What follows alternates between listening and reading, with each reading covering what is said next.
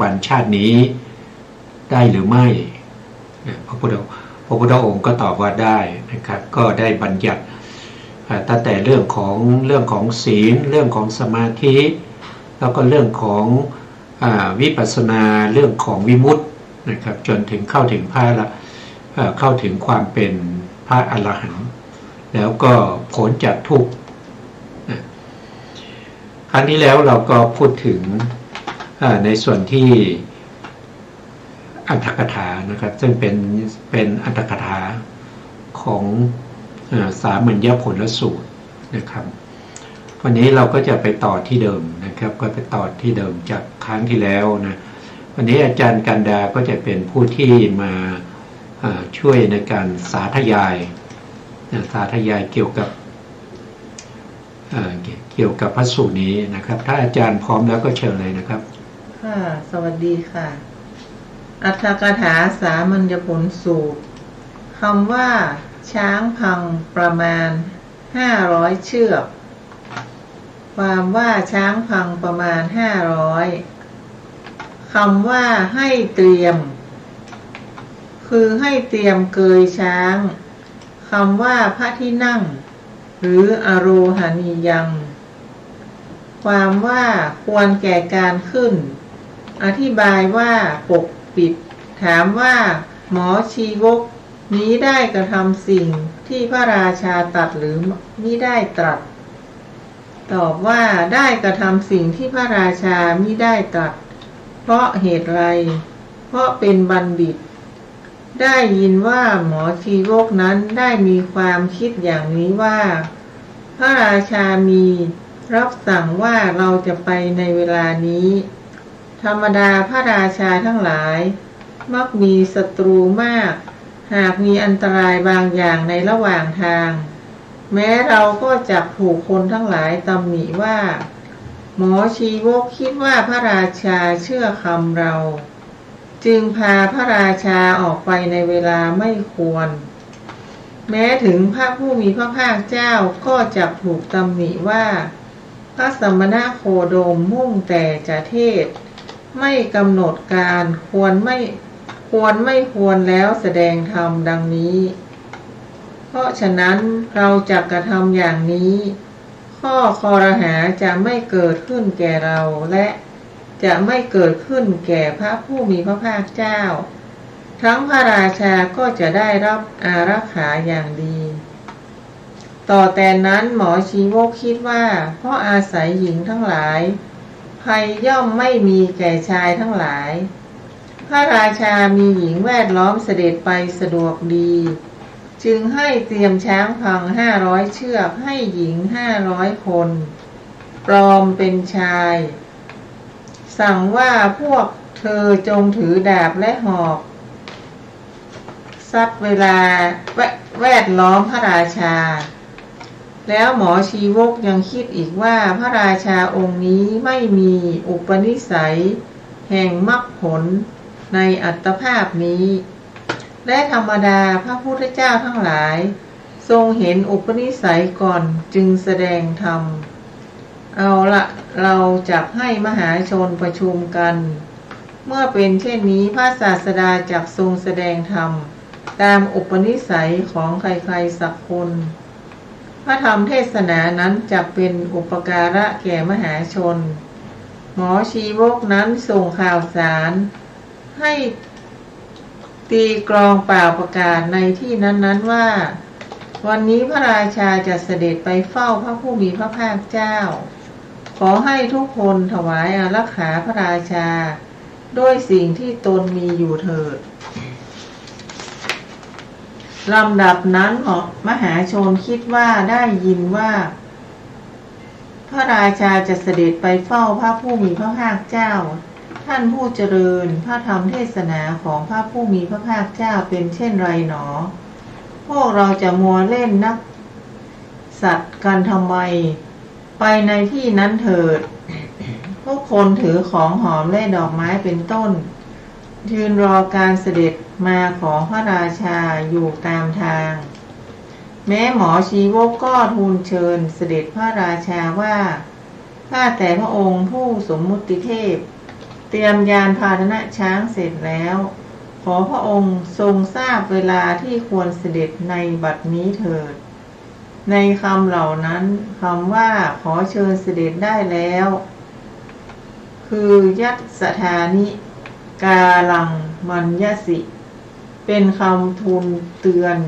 อธิบายว่าเรื่องใดที่พระองค์ทรงสั่งไว้เรื่องนั้นข้าพระองค์ทำเสร็จแล้วบัดนี้ขอพระองค์ทรงทราบเวลาที่จะเสด็จหรือไม่เสด็จเถิดขอจงทรงกระทำตามที่พระองค์ชอบพระทัยเถิดครับ อันนี้ก็เราก็จะเห็นได้ตรงที่หมอชีวกเนี่ยเป็นผู้ที่มีปัญญานะครับหมอชีวกก็คาดคะเนว่านะครับถ้าพระราชาเนี่ยเสด็จไปพระพุทธองค์เนี่ยพระพุทธองค์อาจจะไม่แสดงธรรมก็ได้นะเพราะอะไรนะครับก็เพราะว่าพระราชาท่าน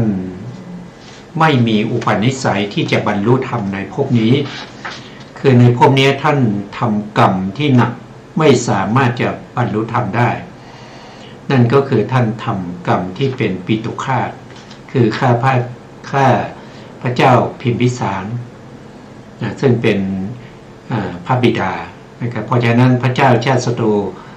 ถึงแม้ว่าเกิดด้วยติเหตุกะปฏิสนธิคือเกิดมาตั้งแต่ปฏิสนธิเนี่ยมีปัญญาประกอบด้วยสามารถที่จะฟังธรรมแล้วก็ตรัสรู้ธรรมได้แต่พระเจ้าชาติศัตรูไปทำกรรมที่หนักซึ่งเป็นกรรมที่เป็นอันตรายยิกธรรมเป็นกรรมที่ทำไปแล้วไม่สามารถที่จะบรรลุธรรมในชาตินี้ได้นั่นก็คือปิตุฆาตเพราะฉะนั้นหมอชีวกก็คิดว่าจะทำยังไงพระพุทธองค์จะแสดงธรรมตามปกติแล้วพระพุทธองค์เนี่ยก็จะแสดงธรรมด้วยการปรารภคนที่ฟังธรรมจะแสดงธรรมก็จะต้องมีบุคคลที่ฟังแล้วก็จะได้ตรัสรู้ธรรมพระพุทธองค์ถึงจะแสดงธรรมถ้าไม่มีใครตรัสรู้ธรรมแล้วก็ไม่ได้เป็นอุปนิสัยคือไม่ได้ฟังแล้วก็ไม่ได้เป็นอุปนิสัยให้ได้ตรัสรู้ธรรมในโอกาสข้างหน้าเนี่ยพระพุทธองค์จะไม่แสดงธรรมเพราะฉะนั้นหมอชีวกก็เลยต้องใช้วิธีการเป่าประกาศให้ข้าราชบริพารทั้งหลายนะครับมีแล้วก็ประชาชนทั้งหลายนะครับ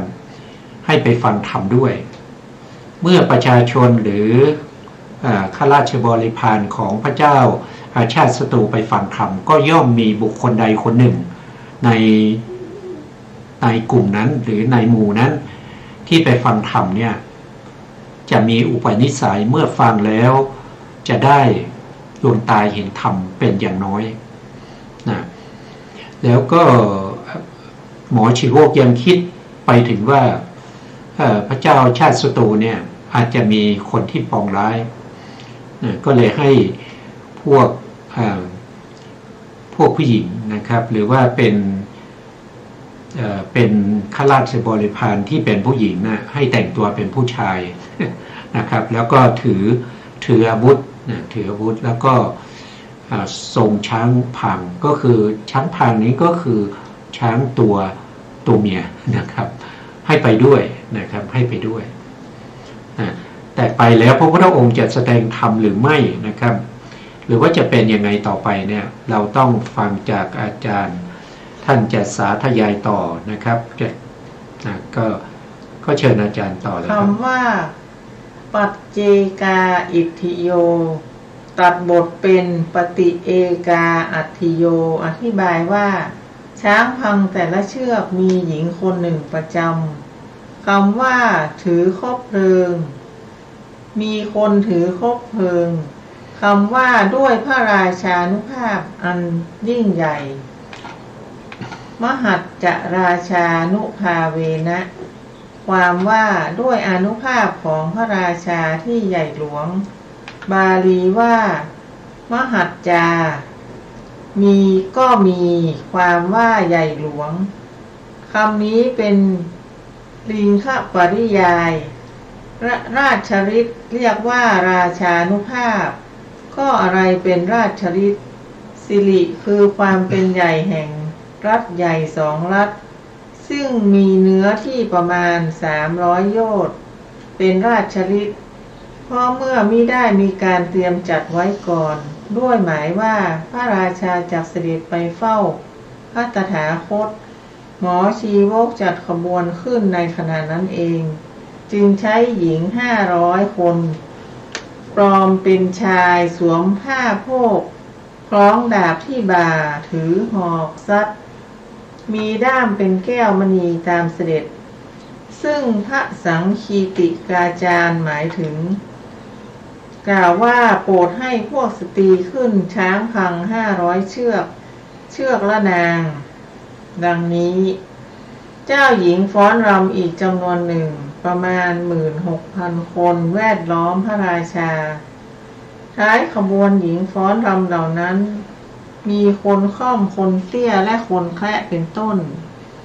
ท้ายขบวนนี้คนเหล่านั้นเป็นตำรวจในวังคนสนิท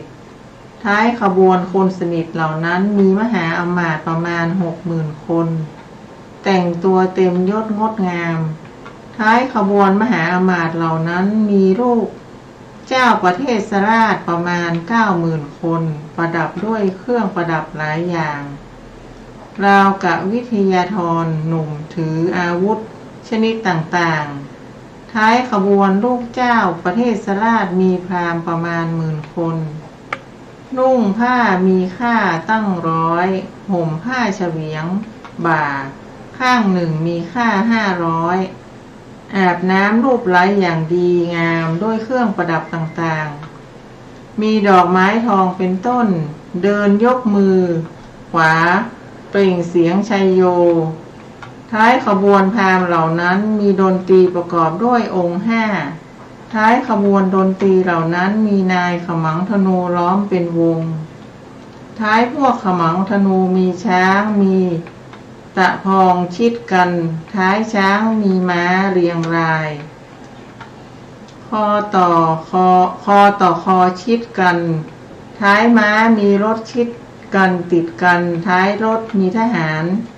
แขนต่อแขนกระทบกันท้ายทหารเหล่านั้นมีเสนา18 เหล่ารุ่งเรืองด้วยเครื่องประดับที่สมควรแก่ตนหมอชีวกจะจัดถวายพระราชาชนิดลูกศรที่คนยืนอยู่ท้ายสุดขบวนยิงไปไม่ถึงพระราชาตนเองยังตามเสด็จไม่ห่างไกลพระราชาด้วยหมายใจว่าหากมีอันตรายใดๆเราจะถวายชีวิตเพื่อพระราชาก่อนคนอื่นทั้งหมดอันหนึ่งคบเพลิงก็กำหนดไว้ว่าเท่านี้100หรือเท่านี้1,000เสด็จไปสวนอัมพวันของหมอชีวกโกมารพัสด้วยราชานุภาพอย่างยิ่งใหญ่นั้นพระสังคีติกาจารย์กล่าวหมายเอาฤทธิ์เห็นปานนี้แลครับ เราก็เห็นได้ว่าการที่พระเจ้าแผ่นดินจะเสด็จไปที่ไหนเนี่ยไม่ใช่เรื่องที่จะง่ายๆนะครับต้องมีการจัดเตรียมอะไรมากมายกว่าที่จะได้ไปกันนะครับถ้าเราฟังตรงนี้แล้วเนี่ยบางคนอาจจะ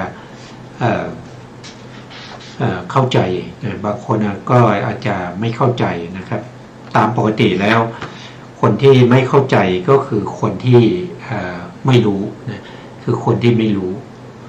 คนที่ไม่รู้ก็คืออะไรก็คือคนที่ไม่มีบุญนะก็คือคนไม่มีบุญเพราะว่าตามปกติแล้วคนมีบุญเนี่ยนะครับไปที่ไหนก็จะมีองครักษ์นะครับที่จะคอยพิทักษ์ปกป้องนะครับมีการเตรียมอะไรมากมายนะครับอันนี้เป็นถึงพระเจ้าแผ่นดินนะครับ แล้วก็ไปฟังธรรมของพระสัมมาสัมพุทธเจ้านะครับพระสัมมาสัมพุทธเจ้าเนี่ยเป็นบุคคลที่หาได้ยากเป็นบุคคลที่ไม่ใช่มีทุกยุคทุกสมัยโดยส่วนมากแล้วเป็นยุคสมัยที่ไม่มีพระพุทธเจ้านะพระพุทธเจ้าจะเกิดขึ้นมาในยุคหนึ่งเนี่ยมันน้อยนิดเดียวนะครับอย่างเช่นพระพุทธเจ้าของเราเกิดขึ้นมาเนี่ยนะมีระยะเวลาอยู่แค่45ปีเท่านั้นนะก่อนหน้านั้นก็ไม่มีพระพุทธเจ้านะพูดกันเป็นพุทธันดรนะครับตั้งแต่สมัยพระพุทธเจ้ากัสสปะสัมมาสัมพุทธเจ้าพระองค์ก่อนนะมาจนถึงพระพุทธเจ้าของเราเนี่ยถ้านับด้วยปีเนี่ยมันนับไม่ได้เขาเรียกว่าเป็นอสงไขยปีก็คือปีที่มันมากมายอ่ะมันนับไม่ได้อ่ะหนึ่งอสงไขยปีเนี่ยก็เท่ากับมีเลข1ตัวนะครับแล้วก็มีเลข0อีก140ตัวนั้นเรียกว่าเป็น1อสงไขย1อสงไขย1อสงไขยหรือว่าจะเป็นปีหรือว่าจะเป็นกัปหรือว่าจะเป็นอันตกัปก็แล้วแต่นะครับแต่ในที่นี้เราพูดถึงอสงไขยเพราะว่าอยู่ในกัปเดียวกันอยู่ในกัปเดียวกันก็คือโลกใบนี้เนี่ยเราเรียกว่าเป็นภัททกัปมีพระพุทธเจ้าอยู่5พระองค์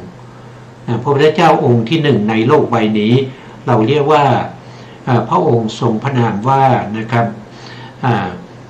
พระพุทธพระกักกุสันโธ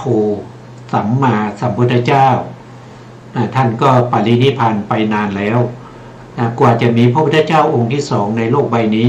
ก็ต้องใช้เวลาอีกหลายอสงไขยปีนะครับกว่าจะมีพระพุทธเจ้าองค์ที่2พระนามว่าพระโกนาคามนะสัมมาสัมพุทธเจ้าท่านก็มาประกาศพระพุทธศาสนาแล้วก็ปรินิพพานไปแล้วแล้วต่อจากนั้นมาอีกนะครับเป็นระยะเวลาอีกหลายร้อยอสงไขยนะครับมากมายนะครับหลายอสงไขยนะแล้วถึงจะมีพระพุทธเจ้าองค์ที่3นะครับก็ชื่อว่าพระกัสสปะสัมมาสัมพุทธเจ้าท่านก็ได้มาประกาศพระพุทธศาสนาแล้วก็ปรินิพพานไปแล้วต่อมานะครับผ่านไปอีกหลายอาสงไขยปีนะครับพระพุทธศาสนาของพระกัสสปะสัมมาสัมพุทธเจ้าอันตรธรรมไปนานมากแล้วกว่าจะมีพระพุทธเจ้าของเราพระองค์นี้พระพุทธเจ้าโคตมะสัมมาสัมพุทธเจ้าพระพุทธเจ้าของเราก็มีอายุอยู่80 ปีนะครับแต่กว่าจะได้ตรัสรู้ก็อายุ35 ปีแล้วแล้วก็ได้ประดิษฐ์สถานพระพุทธศาสนาไว้45 พรรษาแล้วก็ปรินิพพานไปแล้วตอนนี้ก็มีพระพุทธศาสนาของพระโกนาคามนะนะครับหรือว่าพระโคดมนะครับถึงท่านปรินิพพานไปแล้วศาสนาของท่านก็ยังดำรงอยู่นะครับพระพุทธศาสนาจะดำรงอยู่ 5,000 ปี5,000 ปีในโลกนี้ตอนนี้ได้ 2,600 กว่าปีแล้วนะเหลือประมาณครึ่งหนึ่งเหลือประมาณอีก 2,400 กว่าปีนะครับที่ศาสนาพุทธจะหมดไปเพราะฉะนั้นก็เห็นได้ว่าถึงแม้โลกเราเนี่ยจะมีพระพุทธเจ้าถึง5 พระองค์ก็จริงแต่ว่าช่วงที่ไม่มีพระพุทธศาสนาเนี่ยเป็นระยะเวลาที่ยาวนานมากกว่าช่วงที่มีพระพุทธศาสนาเพราะพระพุทธองค์เนี่ยเป็นบุคคลที่หาได้ยากนะครับแล้วพระพุทธองค์เวลาแสดงธรรมเนี่ยก็จะต้องมีคนที่บรรลุธรรมนะบรรลุธรรมแล้วก็จะต้องมีบุคคลที่ได้อัธยาศัยในการฟังธรรมไว้เป็นอุปนิสัยในการที่จะบรรลุธรรมต่อไปในอนาคตนะเพราะฉะนั้น บุคคลอย่างนี้หาได้ยากเพราะฉะนั้นคนที่จะเข้าเฝ้าพระพุทธองค์เนี่ยมันก็มีมากเป็นธรรมดานะครับมีมากเป็นธรรมดาประกอบกับพระเจ้าแผ่นดินนะครับซึ่งเป็นผู้ที่มีอานุภาพมากในแคว้นของพระเจ้าอาชาติศัตรูก็มีอานุภาพมากในแคว้นของเขาเรียกว่าเป็นแคว้นเขาเรียกว่าลืมอีกแล้ว นะครับก็เป็นประเทศที่เป็นแล้วแคว้นราชคฤห์ราชคฤห์นะครับซึ่งเป็นแคว้นใหญ่นะในประเทศอินเดียในสมัยนั้นก็มีแคว้นใหญ่ๆอยู่2แคว้นนะก็จะมีราชคฤห์ของพระเจ้าชาติศัตรูแล้วก็มีแคว้นของพระเจ้าอ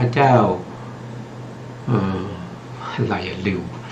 ศาสตร์ไม่ค่อยดีเลยจำไม่ค่อยดีนะความจำไม่ดีนะแคว้นไม่ใช่พระเจ้าลืมไปแล้วนะ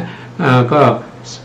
แคว้นสาวัตถีนะครับแคว้นสาวัตถีของพระเจ้า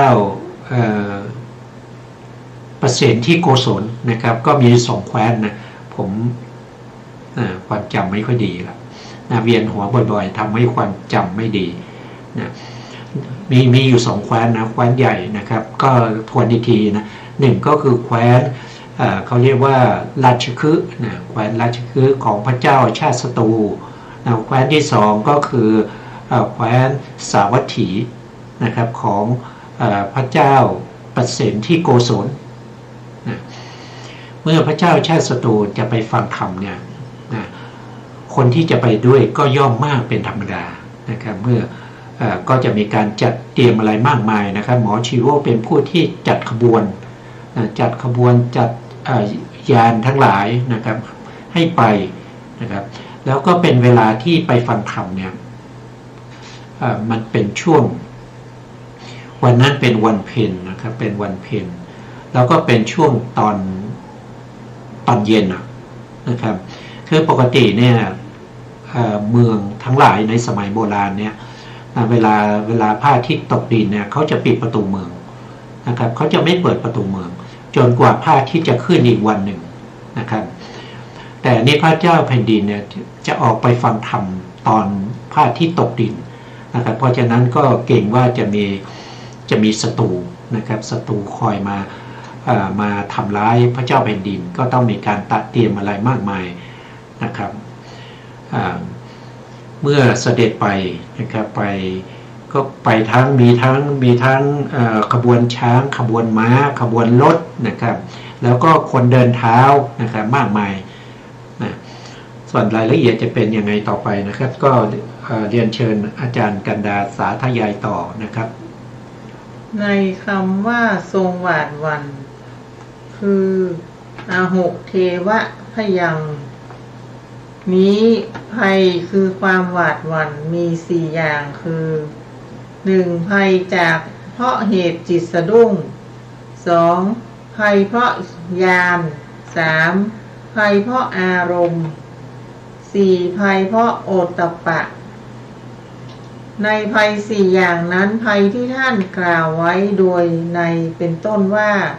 อาศัยชาติมีความกลัวความพลั่นพรึงดังนี้ชื่อว่าภัยเพราะจิตสะดุ้งภัยที่มาแล้วอย่างนี้ว่าเขาแม้เหล่านั้นฟังพระธรรมเทศนาของพระตถาคตแล้วย่อมถึงความกลัวความสลดความสะดุ้งโดยมากดังนี้ชื่อว่าภัยเพราะญาณพยังภัยที่กล่าวแล้วในคำนี้ว่าภัยที่น่ากลัวนั้นมาถึงเป็นแน่ชื่อว่าภัยเพราะอารมณ์อารมณะพยังภัยนี้ในคำนี้ว่าคนดีทั้งหลายย่อมสรรเสริญความกลัวต่อบาปไม่สรรเสริญความกล้าในบาปนั้นเลย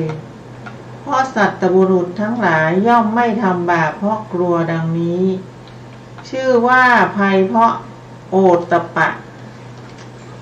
ในภัยสี่อย่างนั้นในที่นี้หมายเอาภัยเพราะจิตสะดุ้งอธิบายว่าได้มีจิตสะดุ้งกลัวคำว่าครั่นคร้ามช้ำหิตะตะตังคือความพรั่นพรึงอธิบายว่าสั่นไปทั่วร่างคำว่าสยดสยองโรมมหังโสได้แก่ขนชูชันอธิบายว่าขนลุกสู้ก็ขนชูชันนี้นั้นย่อมมีด้วยปิติในเวลาเกิดอิ่มใจในขณะที่ฟังธรรมเป็นต้นก็มีด้วยความกลัวเพราะเห็นการฆ่าฟันกันและเห็นผีเป็นต้นของคนขี้ขลาดก็มีในที่นี้พึงทราบว่าขนชูชันเพราะกลัวถามว่าก็พระราชานี้ทรงกลัวเพราะเหตุไร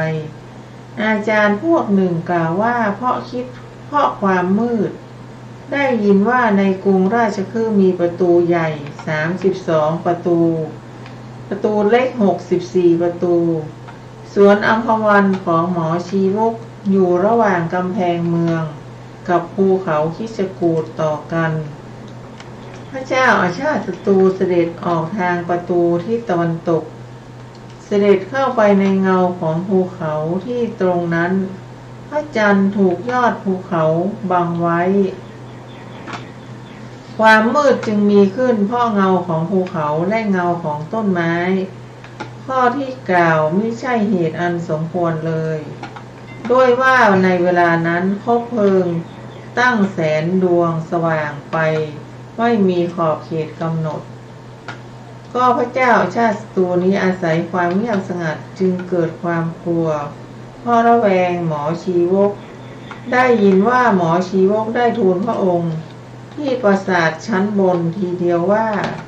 ข้าแต่พระมหาราชพระผู้มีพระภาคเจ้าประสงค์ความเงียบสงัดควรเข้าเฝ้าด้วยความเงียบสงัดเหมือนกัน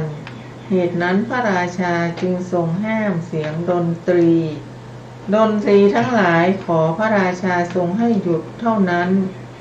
ขบวนตามเสด็จจึงไม่เปล่งเสียงดังมากันด้วยสัญญานิ้วมือแม้ในสวนอัมพวันก็ไม่ได้ยินเสียงกระแอมของใครๆธรรมดาพระราชาทั้งหลายย่อมทรงยินดีในเสียงยิ่งนักพระเจ้าชาติศัตรูอาศัยความเงียบสงัดนี้เกิดหลาภพระทัยชักระแวงแม้ในหมอชีวกว่าหมอชีวกนี้กล่าวว่าที่สวนอัมพวันของข้าพระองค์มีภิกษุ 1,250 รูปก็ในที่นี้เราไม่ได้ยินแม้แต่เสียงกระแอมคำหมอชีวกเห็นจะไม่จริงหมอชีวกนี้ลวงนำเราออกจากเมืองซุ่มกำลังพลไว้ข้างหน้าต้องการจับเราขึ้นครองราชสมบัติเสียเองก็หมอชีวกนี้มีกำลังเท่าช้าง5 เชือกและเดินไม่ห่างเราคนของเราที่ถืออาวุธอยู่ใกล้ก็ไม่มีสักคนแย่แล้วเราก็แลครั้นทรงกลัวอย่างนี้แล้วก็ไม่อาจดำรงพระองค์อย่างคนไม่กลัวได้จึงตรัสบอกความที่พระองค์กลัวแก่หมอชีวกนั้นเพราะเหตุนั้นพระสังคีติกาจารย์จึงกล่าวว่าครั้งนั้นแลพระเจ้าแผ่นดินมคธพระนามว่าอาชาติศัตรูไม่มีเสียงพึมพำดังนี้ครับเราก็มาดูรายละเอียดเกี่ยวกับเรื่องของความกลัวนะครับความกลัวที่ท่านบอกไว้ว่ามีตรงนี้นะครับพูดถึงในนี้นะท่านบอกว่ากลัวจะภัย4 อย่างภัยอย่างที่ 1ก็คือจิตสะดุ้งก็คือหมายถึงว่าโดยส่วนมากก็เป็นบุคคลที่เขาไม่มีศีลโดยพูดง่ายๆก็คือคนที่ไม่มีศีลแล้วก็มีความกลัวว่าคนอื่นเนี่ยเขาจะ เขาจะรู้ว่าเราไม่มีศีลเราไม่มีศีลเพราะฉะนั้นก็เลย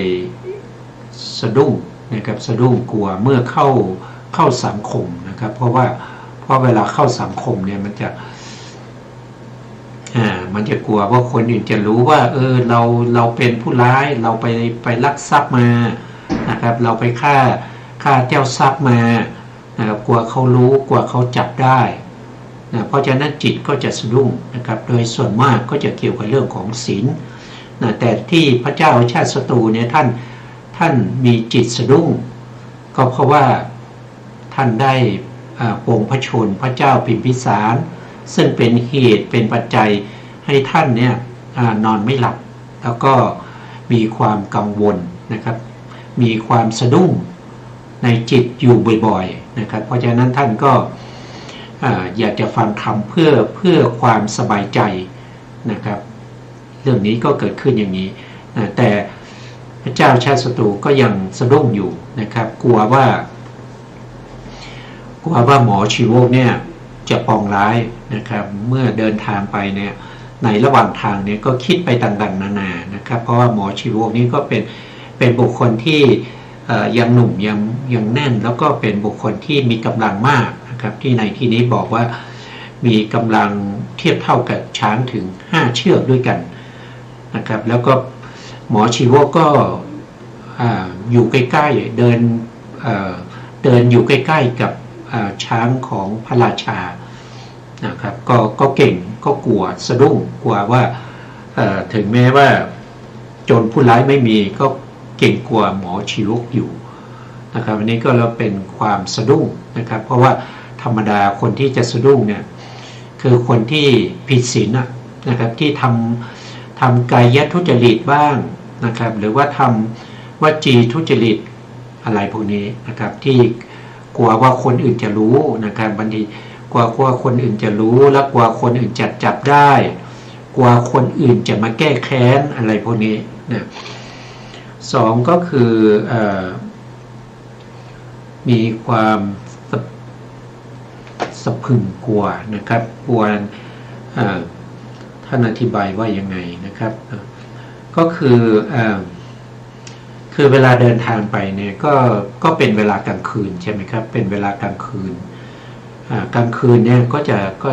คืนนั้นจริงๆแล้วเป็นวันคืนที่พระจันทร์เต็มดวงนะครับเป็นวันเพ็ญนะครับ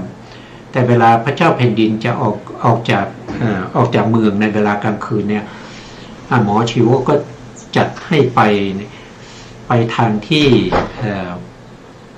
มันมืดๆหน่อยนะครับเพราะว่าป้องกันอะไรป้องกันพวกผู้ที่คิดร้ายต่อพระราชานะครับก็เลยมีความกลัวว่าจะมีโจรผู้ร้ายซุ่มอยู่ก็จะเป็นลักษณะอย่างนี้นะครับต่อไปอันที่3นะครับก็ขนลุกชูชันอันนี้ก็ท่านบอกว่านะครับขนลุกชูชันเนี่ยก็เกิดนั้นย่อมมีด้วยปิติในเวลาที่อิ่มเอิบอันนี้ก็คือหมายถึงในคนที่จะมีขนลุกชูชันเนี่ยในลักษณะที่มีปิติเนี่ยก็คือมีความเอิบอิ่มใจโดยส่วนมากผู้ที่จะอิ่มเอิบใจเนี่ยก็คือได้ฟังสิ่งที่เราอยากฟังแล้วก็ได้เข้าใจในสิ่งที่เรายังไม่เข้าใจนะครับแต่ในที่นี้ท่านพูดถึงในเรื่องของการฟังพระธรรมเมื่อฟังพระธรรมเนี่ยก็จะมีปิติเพราะว่าฟังแล้วเกิดความซาบซึ้งเกิดความศรัทธาเกิดความเอิบอิ่มใจนะครับสบายใจขึ้นมาอย่างนี้ก็ทำให้ขนลุกชูชันนะครับแต่ขนลุกชูชันบางอย่างก็เกิดจากการตกใจนะการตกใจก็เกิดจากโทสะนะเกิดจากโทสะที่ได้เห็นสิ่งที่เราไม่ชอบอย่างเช่นบางคนเห็นผีนะบางคนเห็นผีเห็นเปรตนะครับเห็นอะไรเห็นศัตรูนะศัตรูถือดาบถือปืนเข้ามาหาเราอย่างนี้โดยที่เรายังไม่ได้ตั้งตัว นะครับก็ผลก็จะลุกชูชันได้เหมือนกันนะเป็นได้ทั้งที่ในทางที่ดีแล้วก็ในทางที่ไม่ดีนะครับแต่ในที่นี้ท่านพูดถึงสองอย่างนี้นะครับแล้วก็พระราชานี่กลัวอะไรนะครับเขาก็บอกว่ากลัวความมืดนะกลัวความมืดในเวลาเดินทางไปในเป็นกลางคืนก็มีความมืดอยู่แล้วถึงแม้ว่าจะเป็นวันเพ็ญนะวันเพ็ญที่มีพระจันทร์เต็มดวงนะครับแต่กลางคืนกับกลางวันนี้ก็จะไม่เหมือนกันนะก็กลัวความมืดนะพูดถึงเมืองราชคฤห์เนี่ยก็จะมีประตูใหญ่ถึง32ประตูนะประตูเล็กอีก64ประตูนะครับไม่เป็นเมืองที่กว้างใหญ่ไพศาลนะครับเพราะมีประตูมากถึงขนาดนี้นะแล้วก็สวนอัมพวันเนี่ยซึ่งเป็นวัดของหมอชีวกที่ได้สร้างถวายพระพุทธเจ้าเนี่ยก็อยู่ระหว่างกำแพงเมืองนะครับกับเขาคิชกูฏนะเขาคิชกูฏนี่ก็จะเป็นภูเขาที่มีมาตั้งแต่ต้นกลับแล้วนะเนี่ยภูเขาเนี่ยนะครับมีมาตั้งแต่ต้นกลับก็คือสมัยที่โลกเราเกิดขึ้นมาใหม่ๆนะครับเมื่อมีมนุษย์มาอาศัยอยู่นะครับท่านบอกว่านะครับเท่าที่จำได้นะครับว่าเขาคิชกูฏเนี่ยสมัยพระพุทธเจ้ากัปกุสันโธซึ่งเป็นพระพุทธเจ้าองค์แรกในภัททกัปเนี่ยเดินขึ้นไปเนี่ยต้องใช้เวลาถึงถ้าจำไม่ผิด7 วันนะครับไปถึงยอดเขาเนี่ยต้องใช้เวลาเดินไป7 วันแล้วก็ต้องกลับมาอีก7 วันนะแสดงว่าภูเขานี้สูงมากนะครับสูงมากซึ่งบนยอดเขาก็เป็นที่ประทับของพระพุทธเจ้านะมีพระคันธกุฎีนะครับเป็นที่พักของพระพุทธเจ้าอยู่บนเขานะแล้วในสมัยของพระพุทธเจ้าโกนาคัมมนะเนี่ยต้องใช้เวลาเดินขึ้นไปนะครับเดินขึ้นไปอย่างน้อยก็4 วันนะครับแล้วก็กลับมาอีก4 วันนะอันนี้คือพระพุทธเจ้าองค์ที่2ในภัททกัปนี้นะเขาคิชกูฏนี่มีมาตั้งแต่สมัยแรกๆของโลกเรามีแล้วนะแล้วก็มาสมัยพระพุทธเจ้ากัสสปะนะครับต้องใช้เวลาเดินขึ้นแล้วก็เดินลงเนี่ยใช้เวลาอย่างน้อย2 วันนะครับอย่างน้อยขึ้นไป2 วันแล้วก็ลงมาอีก2 วันกว่าจะถึงนะท่านบอกอย่างนั้นนะครับเท่าที่จำได้นะแต่สมัยพระพุทธเจ้าของเราเนี่ยเดินขึ้นไปนะครับเดินขึ้นไปก็แป๊บเดียวนะครับไม่ถึงวันนะไปกลับได้เลยนะครับไปกลับได้เลยนั่นแสดงว่าอะไรนะครับที่ผมพูดอย่างนี้แสดงว่าอะไรก็แสดงให้เราเห็นได้ว่าโลกของเราเนี่ยแต่ละพระพุทธเจ้าแต่ละองค์เนี่ยที่เกิดขึ้นเนี่ยเป็นระยะเวลาที่ห่างกันมากนะแม้กระทั่งแผ่นดินนะครับแผ่นดินเนี่ยมันสูงขึ้นนะถ้าโลกของเรามีอายุมากขึ้นเนี่ยแผ่นดินก็จะสูงขึ้นเรื่อยๆนะครับอย่างเช่นเนี่ยที่พูดถึงเนี่ยเขาคิชกูฏเนี่ยสมัยพระพุทธเจ้ากัปกุสันโธเนี่ยต้องใช้เวลาเดินขึ้น7 วันเพราะฉะนั้นแผ่นดินสูงขึ้นมาสมัยพระพุทธเจ้าโกนาคัมมนะก็เหลือ4 วันอย่างเงี้ยนั่นแสดงว่าแผ่นดินมันสูงขึ้นนะจากระยะเวลาที่พระพุทธเจ้าองค์หนึ่งไปถึงอีกองค์หนึ่งเนี่ยท่านบอกว่าอย่างน้อยแผ่นดินนะระหว่างพุทธันดรเนี่ยจะมีแผ่นดินเนี่ยสูงขึ้นไม่น้อยกว่า20 กิโลนะ1 โยชน์1 โยชน์นะครับเมื่อก่อนนี้เขาพูดถึง1 โยชน์นี่ก็คือ20 กิโลบางท่านอาจจะว่า16 กิโลนะครับพุทธันดรหนึ่งก็คือหมายถึงพระพุทธเจ้าองค์หนึ่งนะครับไปถึงพระพุทธเจ้าองค์หนึ่งในช่วงระยะเวลาที่มีพระพุทธเจ้านี้น้อยมากนะอย่างพระพุทธเจ้ากัปกุสันโธเนี่ยท่านมีอายุอยู่ที่ถ้าจำไม่ผิดก็ 40,000 ปีนะสมัยนั้นมนุษย์เรามีอายุอยู่ 40,000 ปีเป็นอายุกัป และต่อจากนั้นระยะเวลา 40,000 ปีเนี่ยพระพุทธศาสนาเนี่ยตั้งมั่นอยู่ในสมัยนั้นประมาณ 2-3 หมื่นปีนะครับแล้วก็พระพุทธศาสนาก็หมดไปแผ่นดินจากตรงนั้นสูงขึ้นมาเป็น20 กิโลนะครับมีพระพุทธเจ้าอีกองค์หนึ่งอุบัติขึ้นนั่นคือพระพุทธเจ้าโกนาคัมมนะโกนาคัมมนะอุบัติขึ้นนะแล้วก็มีอายุอยู่ที่ 30,000 ปีเพราะฉะนั้นพระพุทธศาสนาก็จะตั้งอยู่ประมาณ 30,000 ปีนะครับ 30,000 ปีแล้วก็หมดไปจนแผ่นดินเนี่ยสูงขึ้นมาได้อีกนะครับเป็น20 กิโลนะครับมันยาวนานมากพูดถึงอาสงไขยปีไม่รู้กี่อาสงไขยปีนะครับถึงจะมีพระพุทธเจ้าองค์ที่3พระพุทธเจ้าองค์ที่3เกิดขึ้นมาก็เป็นสมัยพระพุทธเจ้ากัสสปะสัมมาสัมพุทธเจ้ามีอายุอยู่ที่ 20,000 ปีพระพุทธศาสนาก็ตั้งอยู่ได้ประมาณ 10,000 ปีหลังจากนั้นนะครับก็ทิ้งระยะเวลาที่ไม่มีพระพุทธศาสนาไปอีกหลายอาสงไขยปีกว่าจะมีพระพุทธเจ้าโกนาคัมมนะเพราะเจ้าโกนาคัมมนะของเราเนี่ยมีอายุเฉลี่ยที่100 ปีนะครับพระพุทธศาสนาของพระพุทธเจ้าของเราเนี่ยมีอายุยาวกว่ามีอายุถึง 5,000 ปีแต่พระพุทธเจ้าของเราเนี่ยมีอายุแค่80 ปีแต่มนุษย์ในสมัยนั้นมีอายุเฉลี่ยที่100 ปีนะครับ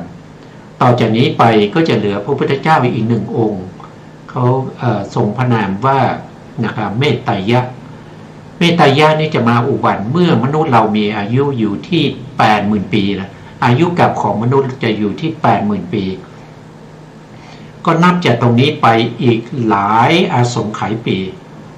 นะครับไม่ใช่ระยะเวลาที่ใกล้ๆนะครับถ้าถึงตอนนั้นเขาคิดจะกูดเนี่ยอาจจะจมไปในดินแล้วจะจมไปในแผ่นดินแล้วเพราะว่าแต่ละพระพุทธเจ้าถึงแต่ละองค์เนี่ยระยะเวลาที่ห่างกันมากแผ่นดินที่สูงขึ้นมาเป็นระยะเวลาเป็นระยะถึง20 กิโลถ้าเราสังเกตดูนะครับเวลา 2,000 กว่าปีเนี่ยสมัยพระเจ้าอโศกเนี่ยที่ท่านสร้างพุทธคยานะครับสร้างพระเจดีย์ที่พุทธคยาใต้ต้น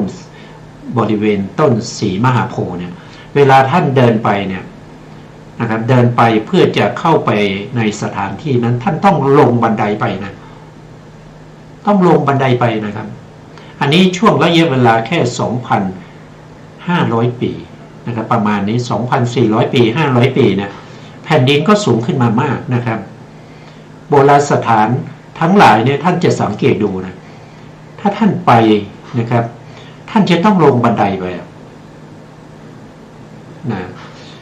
อันนี้ก็เป็นไม่เชื่อแต่ก็มันเป็นอย่างนี้นะถ้าเราศึกษาดีๆเราเข้าใจในอัตถกถาใช่ไหมครับซึ่งเป็นตัวที่มาขยายพระไตรปิฎกเราจะมองเห็นได้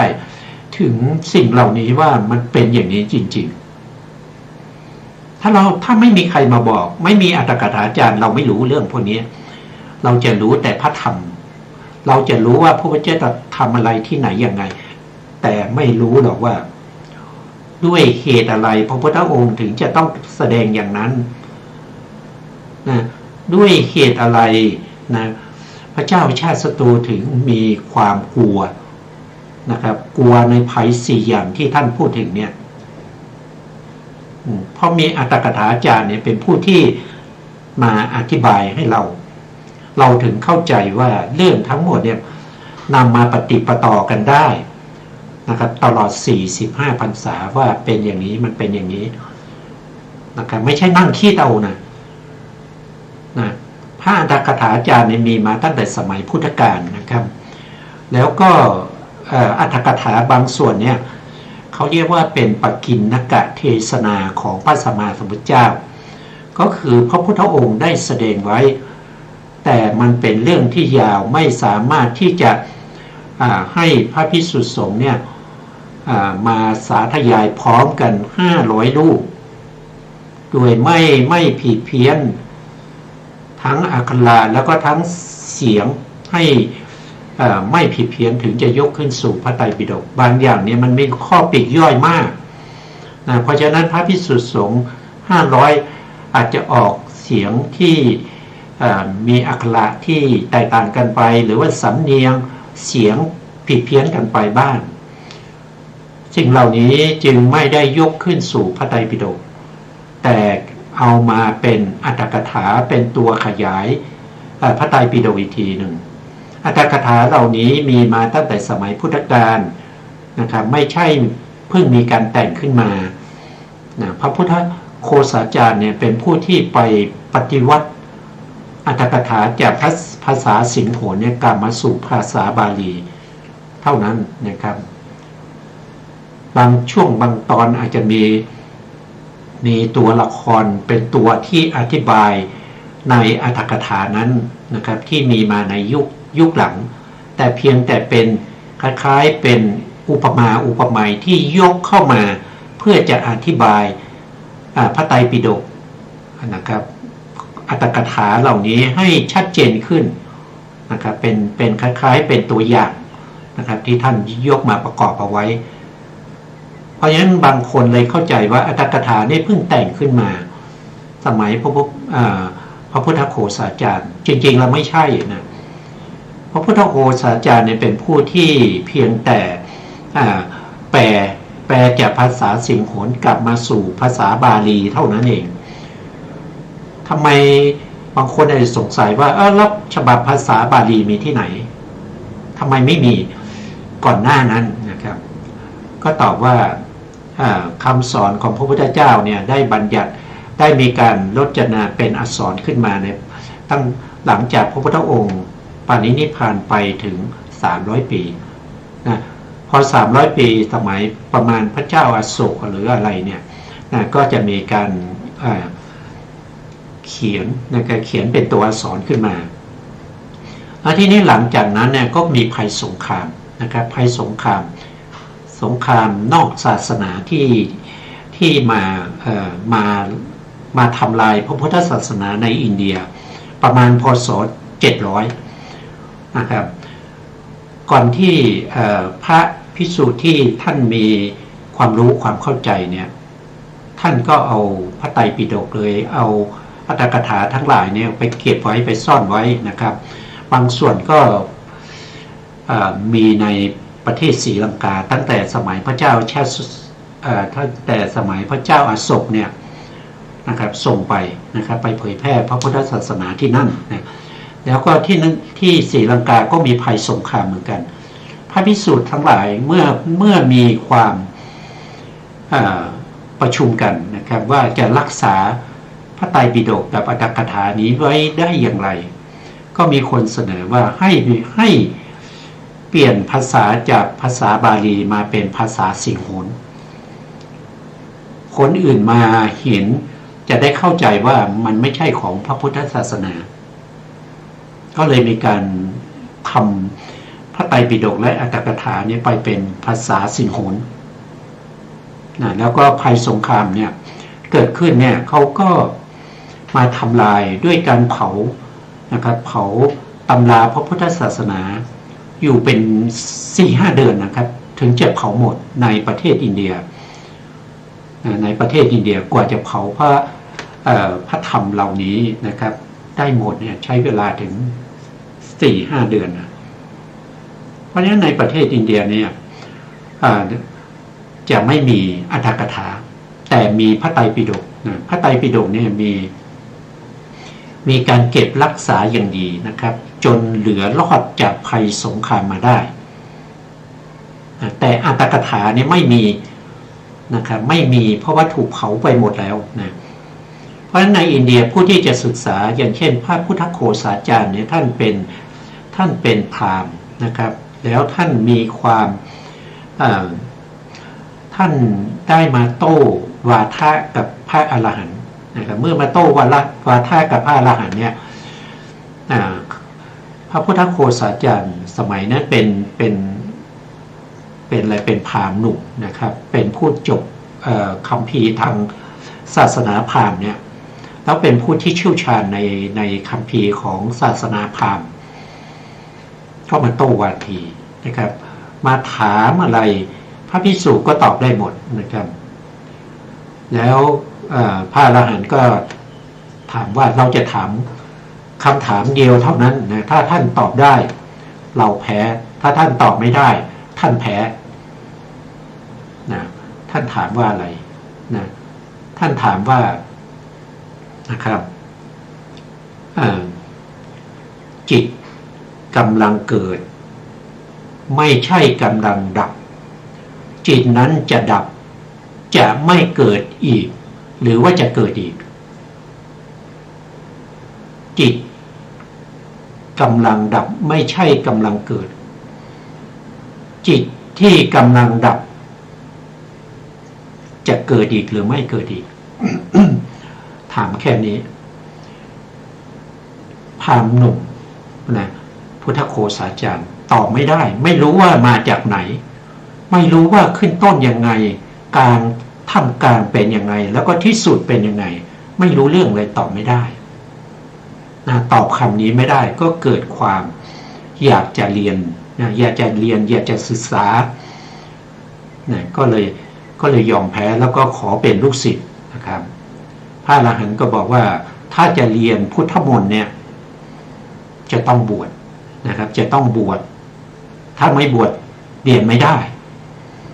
นะพุทธโฆษาจารย์ก็คิดในใจว่าถ้าเราเรียนจบแล้วเราก็ลาสิกขาได้นะครับก็เลยยอมบวชนะบวชแล้วก็เรียนพระไตรปิฎกจนจบนะครับพอเรียนพระไตรปิฎกจบเนี่ยเกิดความซาบซึ้งศรัทธาไม่เคยมีคำสอนของใครนะครับที่จะเหมือนของพระพุทธเจ้าเป็นสัจธรรมจริงๆเป็นสิ่งที่ไม่เคยพบเคยเห็นนะครับคัมภีร์อะไรที่ศึกษามาทั้งหมดนะมันเป็นแค่พูดง่ายๆก็คือเท่ากับดินที่อยู่ในปลายเล็บนะครับดินทั้งแผ่นดินเนี่ยนะที่เราศึกษามาตั้งแต่เราอายุ7ปีจนมาถึง16ปีเนี่ยที่แตกฉานมาหมดเนี่ยมันเท่ากับขี้เล็บเท่านั้นเองนะครับเมื่อมาพบกับพระไตรปิฎกนะครับพระไตรปิฎกถ้าเปรียบเทียบกับแผ่นดินมันเหมือนกับแผ่นดินทั้งหมดแต่ที่ศึกษามาเป็นระยะเวลาตั้งแต่อายุ7ปีเนี่ยตั้งจำความได้จนถึงอายุ16ปีนะแตกฉานในคัมภีร์ทางศาสนาอินดูศาสนาพราหมณ์เนี่ยไม่มีความหมายเลยคิดไปก็เสียใจนะครับว่าโอ้เหล่านี้หลงโง่อยู่ตั้งนานโง่มานานเหลือเกินนะครับแล้วก็ถามอาจารย์ว่าอาจารย์ครับนะครับคัมภีร์ทางพระพุทธศาสนานี้นอกจากนี้ยังมีไหมอาจารย์ก็ตอบว่าในประเทศของเราเนี่ยในประเทศอินเดียเนี่ยมีแค่นี้แหละแต่ถ้าจะศึกษานะครับก็จะมีอีกนะครับมีมากกว่านี้นะอยู่ที่ไหนครับท่านก็บอกว่าประเทศศรีลังกาแต่เป็นภาษาสิงหนนะภาษาบาลีไม่มีนะครับแต่พระพุทธโฆษาจารย์นะท่านเชี่ยวชาญภาษานะครับทั้งภาษาบาลีภาษาสิงหนภาษาอะไรท่านเชี่ยวชาญนะครับท่านก็ขออนุญาตอาจารย์ว่าผมจะไปศึกษาอัตถกถาที่ประเทศศรีลังกาอาจารย์ก็บอกโอ้ดีแล้วนะถ้าท่านไปเนี่ยท่านขอให้แปลจากภาษาสิงหนให้กลับมาเป็นภาษาบาลีด้วยนะแล้วท่านก็ไปแล้วก็ไปกว่าที่จะได้ไปแปลเนี่ยไม่ใช่ง่ายๆนะครับพอไปถึงพระภิกษุทางนู้นเนี่ยเขาไม่ให้นะเขาไม่ให้เห็นเลยนะครับเพราะอะไร ก็เพราะว่ากลัวว่าจะมาแก้ไขอรรถกถาให้เป็นอย่างอื่นนะครับต้องไปแต่งคัมภีร์นะครับกว่าจะได้เห็นอรรถกถาเนี่ยไม่ใช่ง่ายๆนะครับต้องไปแต่งคัมภีร์วิสุทธิมรรคนั่นก็เป็นที่มาของวิสุทธิมรรคนะครับส่วนรายละเอียดอย่างอื่นเนี่ยเราคงไม่มีเวลาที่จะพูดคุยนะครับเพราะว่าวันนี้เวลาเราหมดแล้วนะเพราะฉะนั้นเราก็จะคืนเวลาให้ทางสถานีนะครับสถานีขอกราบขอบคุณพระครูสมุทรวิสุวัฒน์วรกิจโจผู้อำนวยการสถานีวิทยุเพื่อการศึกษาพระพุทธศาสนาและวัฒนธรรม FM 104.5 เมกะเฮิรตซ์วัดฝายหยินจังหวัดเชียงใหม่และขอกราบขอบพระคุณพระครูปริยัติยานุศาสตร์ขอบคุณท่านผู้ฟังและผู้ชมทุกท่านที่ติดตามในรายการ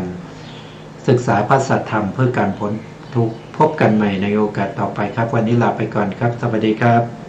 สวัสดีค่ะ